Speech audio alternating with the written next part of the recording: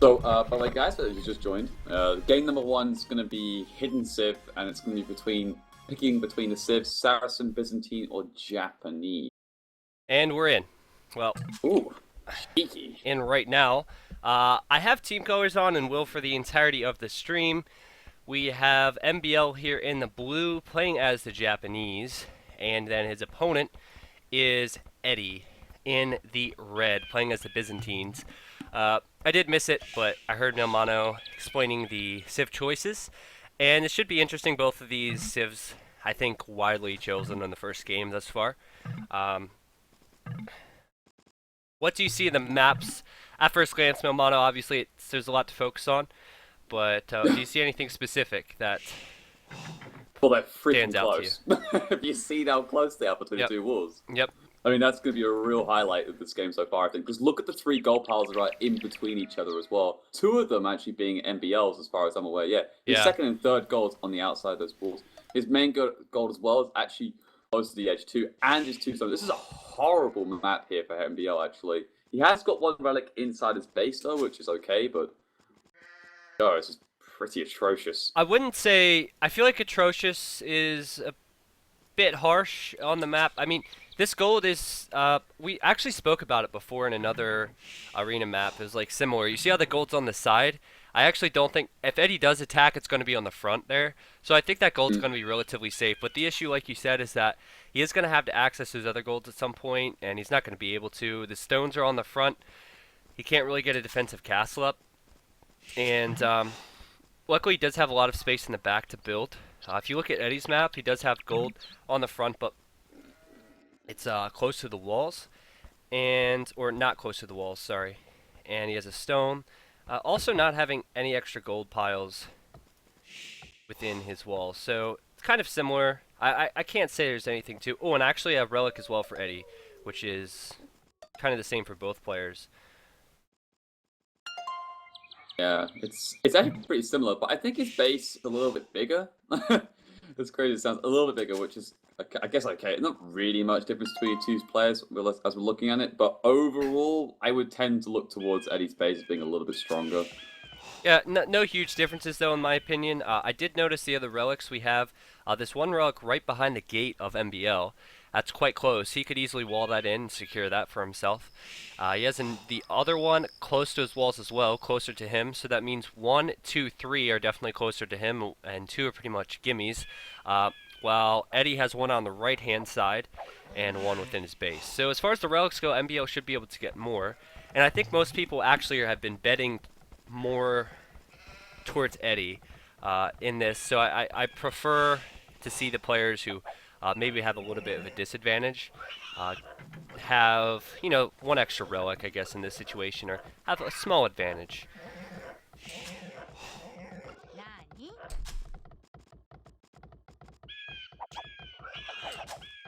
So strategy thinking, what are we expecting out of both these players? I mean, we've got Byzantine here from Edie, so the beauty about, of course, we've talked about before about Byzantine is that cheap Imperial times you can do, and that tech tree being so widely available.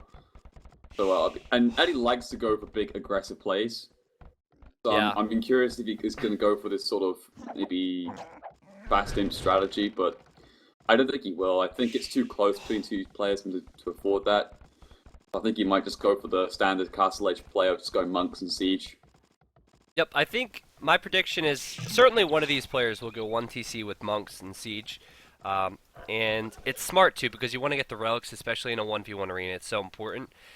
Also, I think it's probably the smart move. If you, like, both of these players only have one main gold, if they try to boom and they get extra TCs out and the enemy gets some positioning on the front, they will be able to secure those golds. So I think it's wise probably for both these players to go aggressive, but we'll have to see if both of them do that. As far as Japanese versus Byzantines go, they can both do that quite well. Oh, unfortunately, MbL actually taking a sheep outside of his TC there. But Byzantines have that quick uptime, but Japanese have a better eco. So I was thinking about how Edie plays primarily arena, so his uptimes are probably going to be incredible. I wonder if MbL, who plays, of course, can get a good uptime, but doesn't play as much arena, if he's going to be able to master his build around what he wants to do.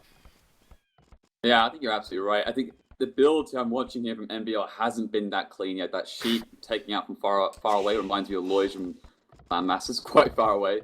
But the other thing to note as well is that he actually got housed MbL, and he had to force to get Loom, which of course is a big letdown on time. And you can already see the effect on that. Edie already clicking up to the feudal age. Yeah, for faster. Sure. You don't really need Loom unless you're getting your villagers exposed. It's just a waste of time. And getting housed at this level is really, really bad. And I didn't notice if Edie took any deer, but I don't think he actually did. He did.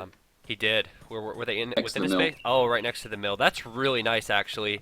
I mentioned this last night on my channel that having the deer next to the mill is like so nice. You don't have to, well, I guess build a mill, which these players rarely do, or even lure really all that much.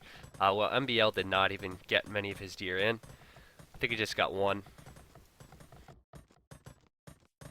The other effect you can see is the amount of farms like MbL had to put down already, and he hasn't taken any deer at all, as far as I can see. I think maybe he took one. Actually, no, he took one. Okay, but I mean overall though, I mean it's not as efficient at all by any means.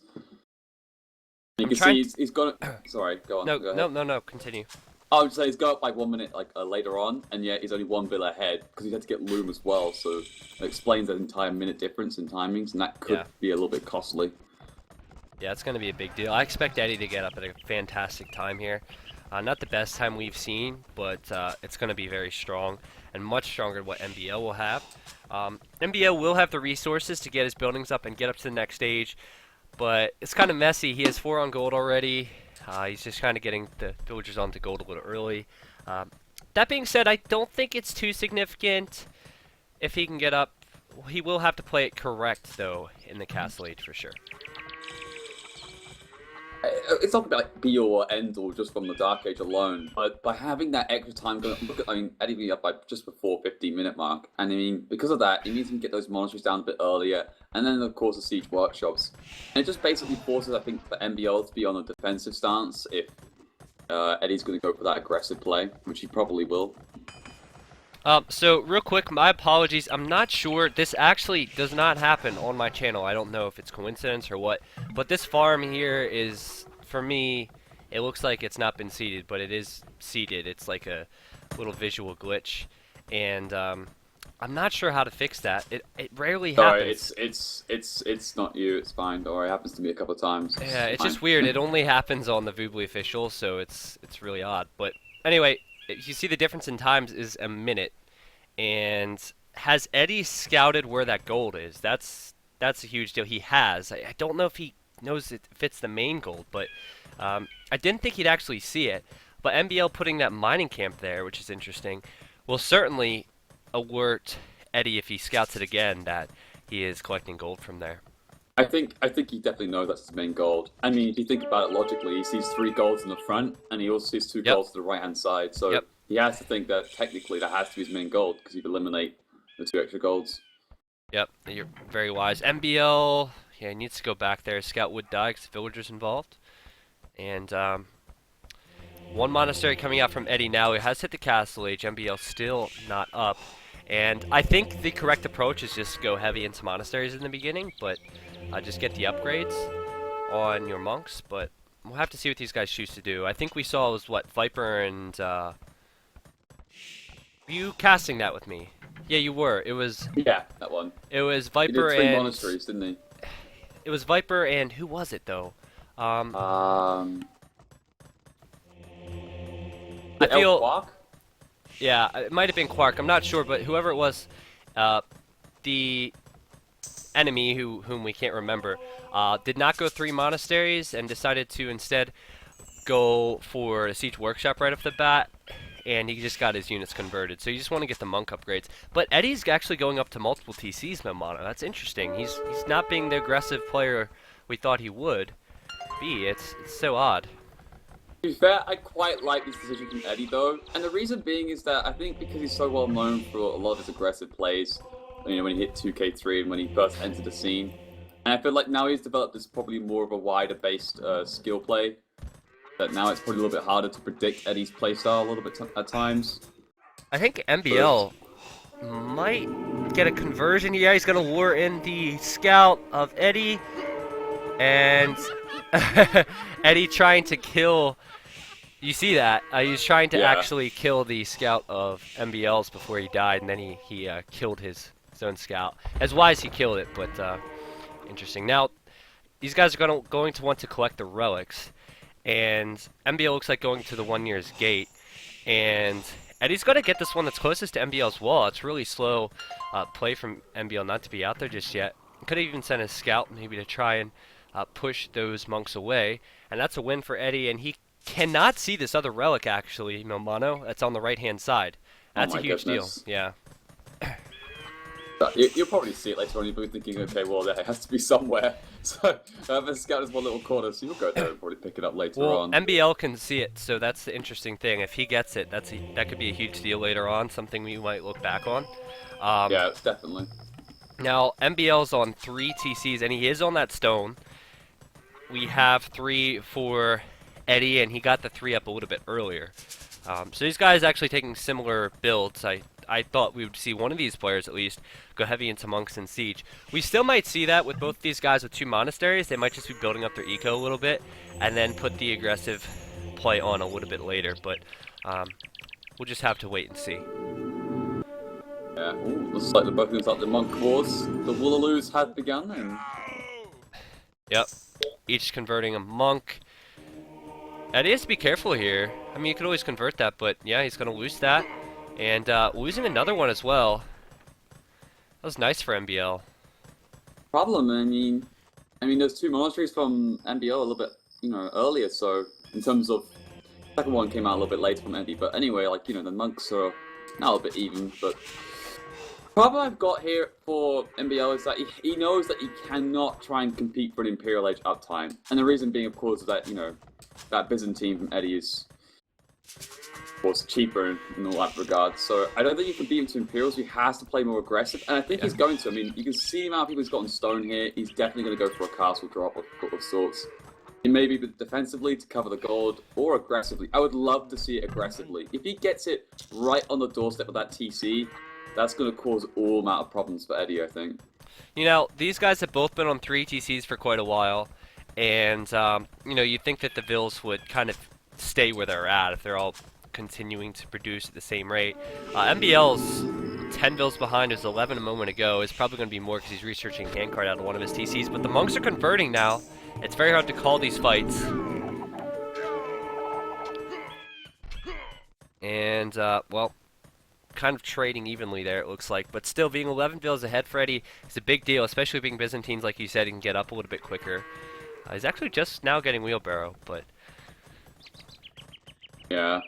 I think that's probably a little bit why MbL scores a little bit behind. He's got the hand cut as well, just as when Eddie was winning. But it still does not count him for all that big difference, so Eddie's doing a little bit stronger there on the boom front. Which again is quite surprising because, about MbL's, Black Forest and, all that business. His macro is pretty well sorted out. So this is the interesting thing. We see both these players on stone, but Eddie's gone up a little bit later. He's going to be a little ways away from getting out of castle, right? We see this kind of triangle of golds here, and that would be a perfect spot for a castle, but MbL is actually not going to put it there. I think that would have been a good spot, because Eddie, what's he going to do in Imp? Most likely he's probably going to go monks and siege, and he can't really attack a castle with that, and that would have been a good position, but MbL choosing to go defensively. I'm not entirely sure about that castle placement itself. I mean, if you're going to play it defensively, then I would have thought you would put it next to the main gold if you really had to. Because if I was Eddie and I see the castle now coming up, I'm like, well, let's just go around the right-hand side. Exactly, so the front part's locked down now into his favor, so...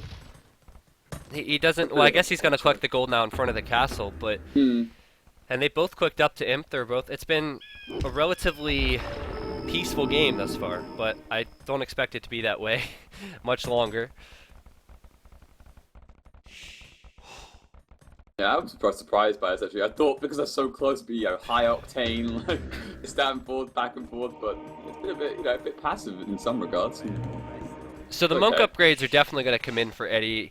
He has this Mangonel, and like I was referring to, the Mangonels aren't going to do anything against this castle. He could go to the top side with that, but I think it's going to be the end of the Mangonels. He's going with the archery ranges. Looks like he is now going to go potentially crossbows into Arbalest, which is an interesting choice. I like that. He's going a castle, and look, it's offensive. I mean, that is a good castle there, comparatively to what MbL did. And Arbs and Monks is a pretty good combination, I think. What is MbL going to be doing? Similar thing. It doesn't have as many ranges just yet. Yeah, that castle is actually quite well placed actually. And that means Trebs can come out as well.